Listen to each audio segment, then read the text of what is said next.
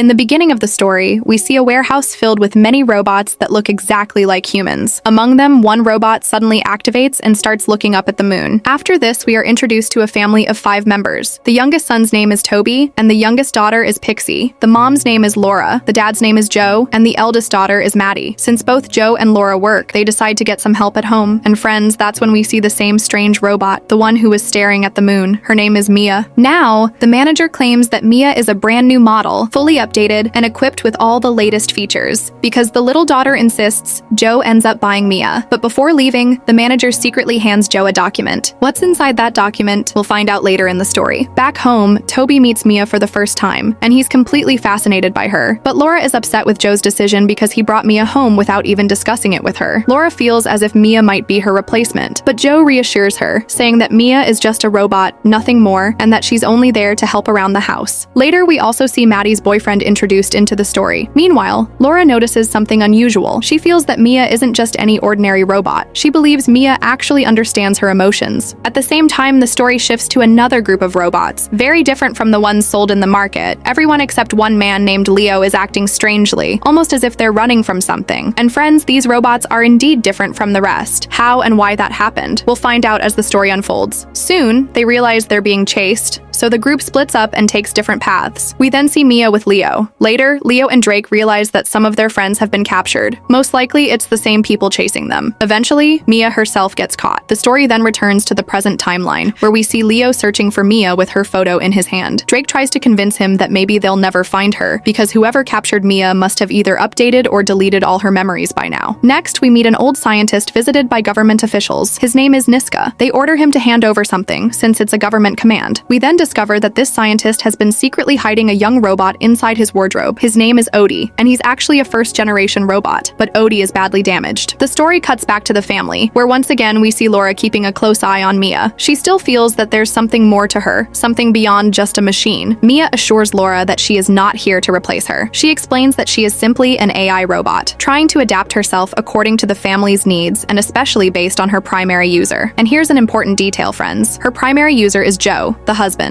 After this, we are introduced to John, who is a friend of both Mia and Leo. We had seen him earlier escaping through the forest with them. Along with this, a new character appears. His name is Hob. And yes, Hob is the same man who has been chasing them from the beginning. Meanwhile, we see a tense moment when the eldest daughter Maddie points a gun at Mia. The truth is, Maddie has no respect for Mia at all. To her, Mia is nothing more than a tin can, without any emotions. Next, another important character enters the story, a police officer named Pete. We also meet Pete's wife, who is physically disabled, and from Pete's expressions, it's clear that he dislikes his robot companion. In fact, Pete seems to feel the exact same way about robots as Laura does. Then, the focus shifts back to Drake and Leo. They are searching for their old friend, Niska. When Niska meets Leo, she believes he has come to rescue her. But then she learns that Leo isn't leaving yet. He's still determined to find Mia. Nearly a month has already passed, and Niska realizes she will have to wait longer. After this, the scene shifts again. We see John inside a facility along with Hob. The facility manager bluntly tells Hob that his time is running out. If he cannot capture the others soon, he will lose his chance forever. Meanwhile, Neil struggles with a dilemma. He was supposed to shut down Odie, the first-generation robot, but he simply can't bring himself to do it, because Neil treats Odie like his own son. Now back to Laura's family. A small argument breaks out between Laura and Mia. Laura openly tells Mia that she doesn't trust her. Later, Joe's son accidentally discovers what was inside that secret document the manager gave to Joe earlier. It turns out to be an adult card. Soon after, Mia starts behaving even more strangely. She sneaks outside without telling anyone and once again stares at the moon, exactly like she did back in the warehouse. Laura notices all of this and silently decides something in her mind. Meanwhile, Niska is shown with a new customer, but this time, the man crosses the line and tries to get physical with her. Just one look into Niska's eyes tells us everything. Anger is burning deep inside her. Back at Laura's house, despite her constant warnings, Joe keeps dismissing Laura's concerns, but then comes a shocking moment. The next morning, Laura wakes up suddenly with the feeling that Pixie is missing from her room. She rushes in to check, but finds Pixie sleeping peacefully. Still, Laura notices something odd. Pixie is wearing a different nightsuit than before, but when Laura asks, Pixie insists that she never changed her clothes.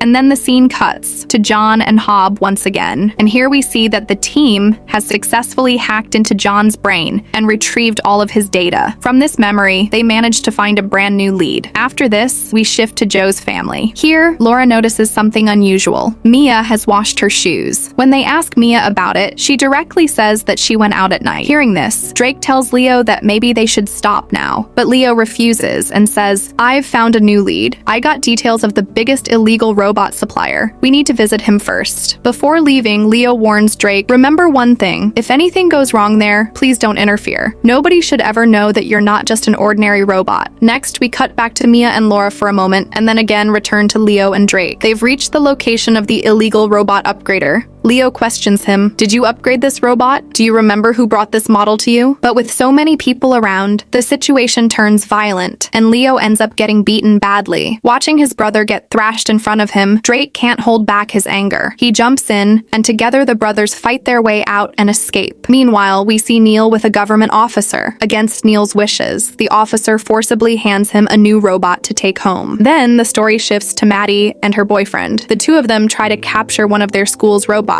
But since Maddie doesn't know how to handle it properly, the robot activates its security protocols and immediately reports all details about Maddie and her boyfriend to the school administration. When Joe and Laura learn about this, they are warned, "Your daughter has committed a crime and she could face punishment for it." But Laura isn't an easy opponent. She's a lawyer, and she manages to handle the situation smartly. Next, we see Niska, still trapped, shouting and struggling in frustration. Then the focus shifts to Joe's son, Toby, who always seems to be watching Mia closely. Meanwhile, Joe and Laura are seen talking about Mia, and slowly Mia has even started lying to them. Hearing this, Joe laughs and says, "Come on, she's just a robot. Robots don't lie." But Laura isn't convinced. She goes to check Mia herself and notices something shocking, a spider crawling on Mia's hand. This terrifies Laura. After this, we return to Neil and his new robot. We see how this robot constantly monitors him, pressuring him to finish every task on time. But one day, while the robot is recharging, Neil sneaks out to meet Odie and hides him in a room. As he comes out, he realizes one thing. He forgot to lock the door. Well, after this, we see Mia, who is currently charging, and Toby tries to take advantage of the situation. Just when Toby attempts to make a move on Mia, she suddenly says, "A secondary user cannot activate adult options without the permission of the primary user, and if anyone tries to force it, I am bound to report the incident to the primary user." The moment Toby hears this, he completely cools down and says, "I was just measuring the size of your hand." Next, we shift to Niska, where an old pervert comes up to her. By just looking at his face, Niska realizes that this old man is probably here for the first time, and because of that, he openly reveals his filthy desires. He asks her to act like a little girl. Yes, my friends, this man is basically a walking PDF file, clearly not a decent person. Niska quickly figures this out and refuses to do such disgusting acts. After rejecting him, she takes the man's coat and puts it on, then walks straight outside. The owner tries to stop her, but Niska holds a knife to her. The woman freezes in fear when she notices that Niska is now completely acting on her own. And with this, episode 2 comes to an end. If you want to see what happens in the next episode, don't forget to comment below. Thank you so much for watching till the end.